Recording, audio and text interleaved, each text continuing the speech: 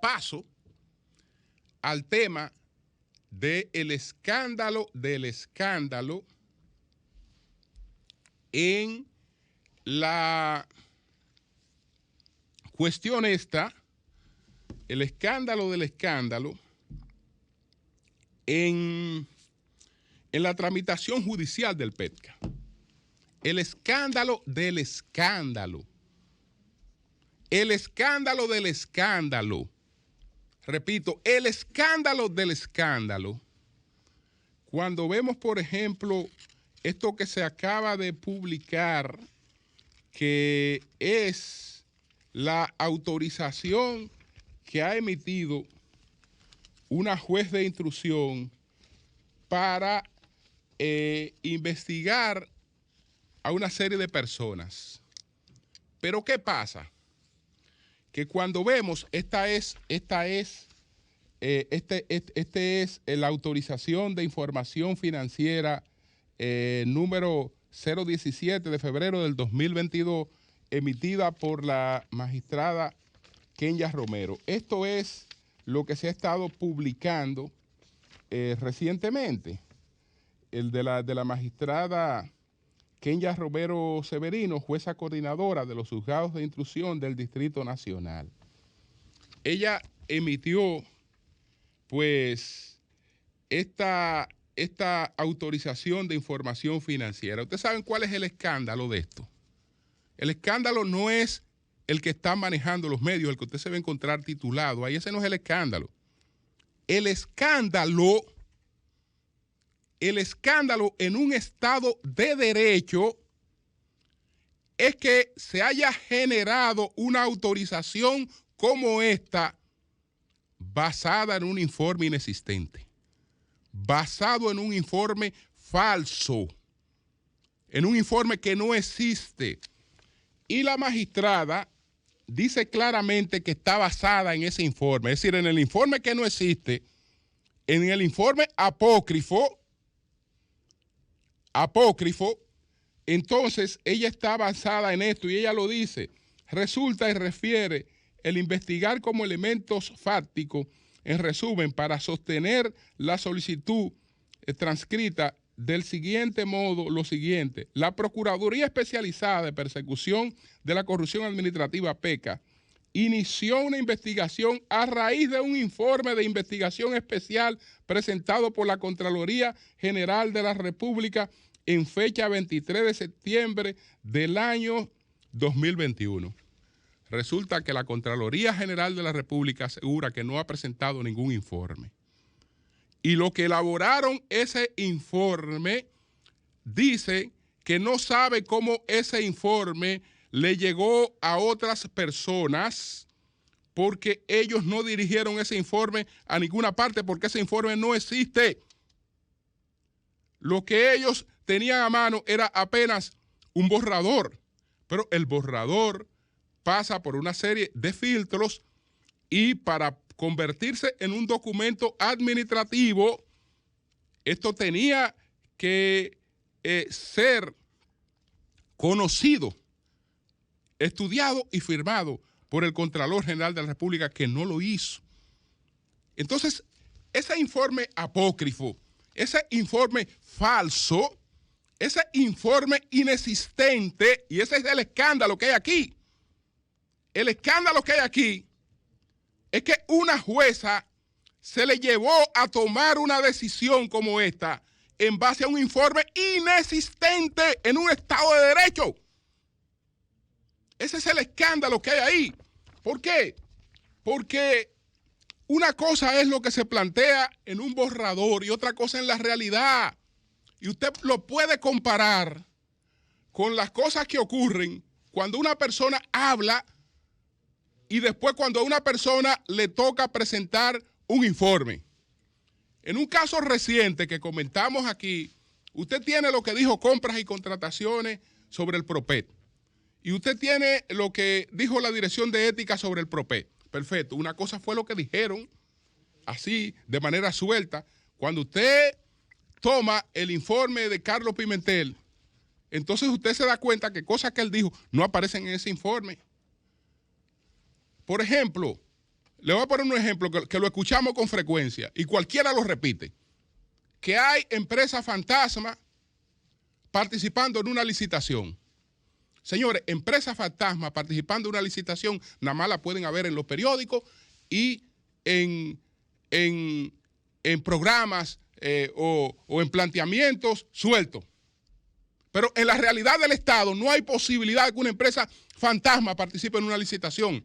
Porque una empresa, para poder participar en una licitación, tiene que llevar una certificación de TCS, tiene que llevar una certificación de impuesto interno, tiene que llevar un registro de suplidor, tiene que llevar una serie de requisitos que una empresa fantasma no lo puede conseguir.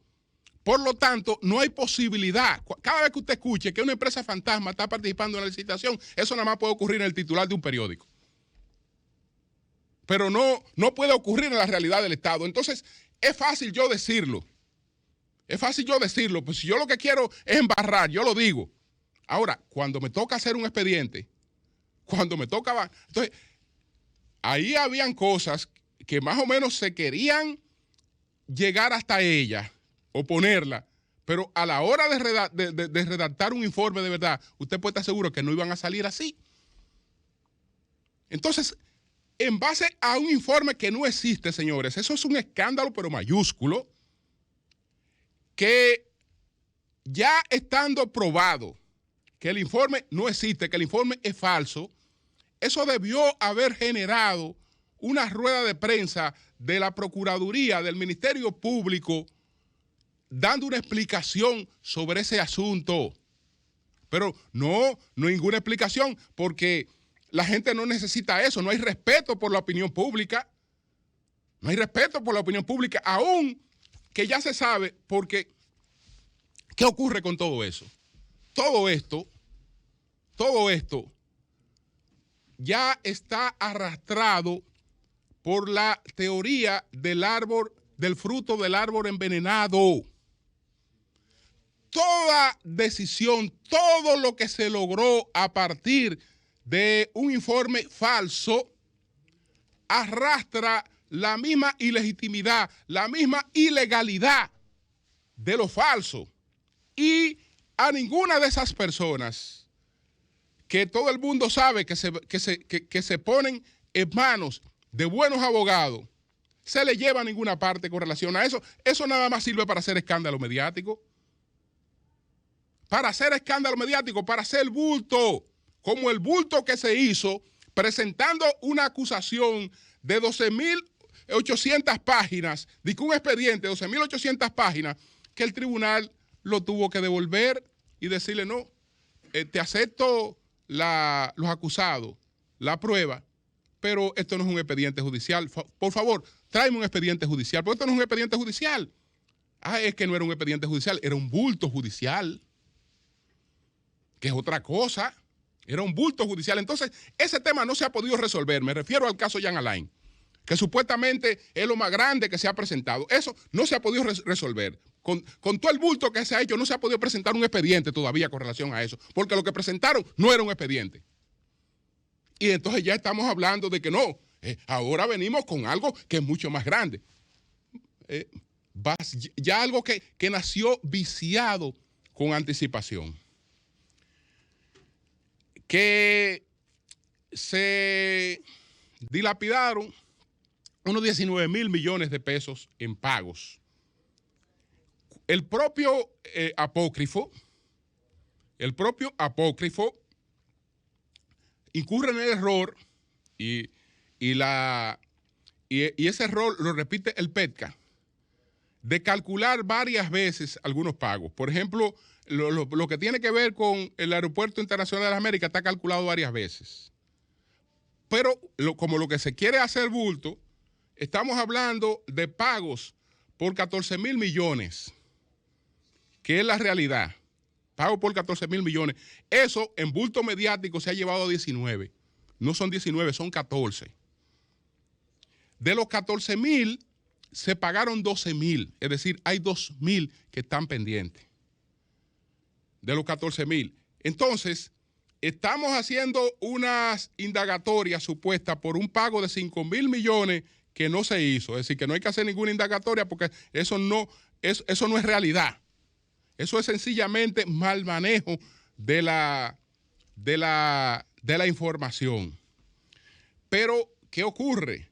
Que estamos partiendo de que eso es una irregularidad. Señores, y estamos hablando hasta de gente de asociación de malhechores, de lavado de activos. Yo no sabía, ahora me desayuno, que un pago del Estado dispuesto por la Constitución, que no debería necesitar de una sentencia para que se realice, pero que en estos casos no solo se trata de cumplimiento de la disposición constitucional de que hay que pagar todas las expropiaciones que hace el Estado está en la obligación de pagarla, sino que para hacer esos pagos debieron mediar procesos judiciales que llegaron hasta la calidad de la cosa definitivamente juzgada. Entonces yo no sabía que un pago que se genera por un compromiso del Estado, mandado por la Constitución, pero además ratificado por sentencia con la característica de lo definitivamente juzgado, era un delito previo que podía constituir un lavado de activos. Es decir, yo no sabía que una gente podía recibir, que el Estado podía pagar, que lo que pagaba el Estado podía generar expediente de lavado de activos. No sabía eso. Porque yo creo que el Estado no es un delincuente. El Estado no es un delincuente que anda en actividades ilícitas. Entonces, es bueno que se trata de una defraudación. ¿Y quién ha determinado que se trata de una defraudación? Porque si hubiera defraudación ahí, lo que tienen que quejarse son los dueños de esos terrenos que hicieron negociaciones de muy largo plazo y tal vez ellos puedan decir, bueno, lo que yo recibí está muy por debajo de lo que esto terminó. Perfecto. Pero ahí el Estado no puede haber sido defraudado si el Estado estableció que eso valía $1 millón, por ejemplo, o que esto vale, vamos a como está el dólar ahora, esto vale 53 millones de pesos. Es decir, eso es $1 millón. El Estado estableció que eso vale $1 millón. Estableció el Estado que eso vale. Bueno, los propietarios, como era una cuestión de largo plazo y ya varias generaciones muertas y esperando, y varias generaciones muertas y esperando. Estamos hablando, por ejemplo, del caso ¿usted sabe cuándo fue que Trujillo incautó los terrenos del Aeropuerto de las Américas? En el 55, que los expropió en el 55. Y la sentencia que dispone el pago de esos terrenos es del 2010. Es decir, estamos hablando que del 55 al 2010, ¿cuántos muertos hay ahí? Entonces, las nuevas generaciones, sobre todo, o los viejos que ya saben que le quedan unos años de vida, etcétera, que probablemente no vean eso.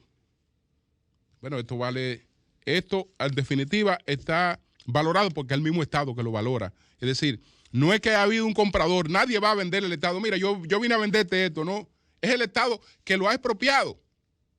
Y en esos terrenos hay obras del Estado, o hay un Palacio de los Deportes, o como en el caso de Cotuí, hay una gobernación, hay estadios deportivos, hay otras instituciones públicas ahí. Entonces, el Estado es que ha establecido el precio de eso por los mecanismos que tiene. Y lo ha pagado al precio que el Estado estableció. Y la propiedad está ahí porque para haber defraudación, ¿qué es lo que tiene que haber ocurrido? Que los terrenos estuvieran en el mar. Unos delincuentes que le han cobrado al Estado por unas expropiaciones que hizo el Estado, pero esas expropiaciones están en el mar, no se hicieron. O el Estado no expropió esos terrenos y lo cobraron. Ahora, el Estado lo expropió, lo tiene desde hace 1000 años. Una buena parte de esos terrenos el Estado lo tiene ya titulado. Entonces, es una defraudación eso. Es una defraudación. Es fácil que se convierta en defraudación en los medios. En los medios eso se puede convertir en defraudación, pero muy fácil.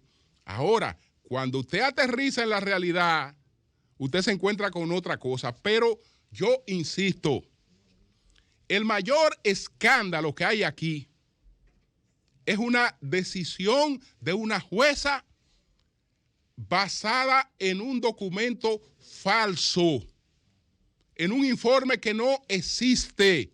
Y todo lo que se afirma de ese informe que no existe, por lo tanto, no debería ser una cosa reproducible porque el informe no existe.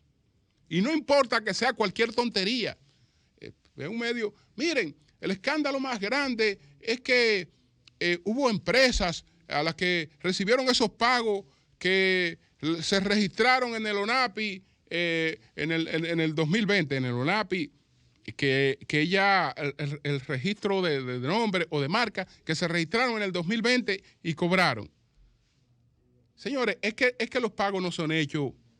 Los pagos son hechos a los que son los dueños de esos terrenos, los dueños de 100 años de esos terrenos. No hay posibilidad de que yo constituya una empresa mañana y que yo me aparezca con que este pago me lo hicieron a mí. Lo que hay es posibilidad que alguien que tiene este terreno desde hace 100 años haya hecho una negociación conmigo y el pago el Estado se lo va a generar a él, pero él tiene ya una cesión de crédito a mi nombre y yo con eso puedo decidir aportarlo en la naturaleza para crear una empresa nueva o lo que fuere.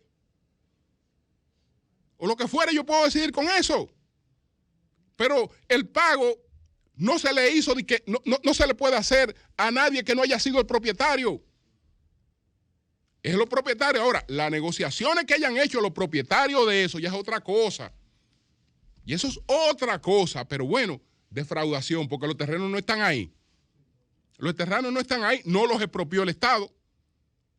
No hay sentencia del propio Estado que dispone que se pague, no hay nada de eso. El problema es meterlo todo como irregular, todo como robo, acabar con todo. Y eso se apoya.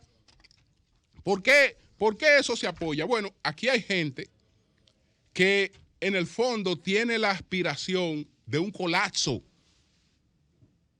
de un cierto colapso para ver si sobre lo que queda se funda algo nuevo.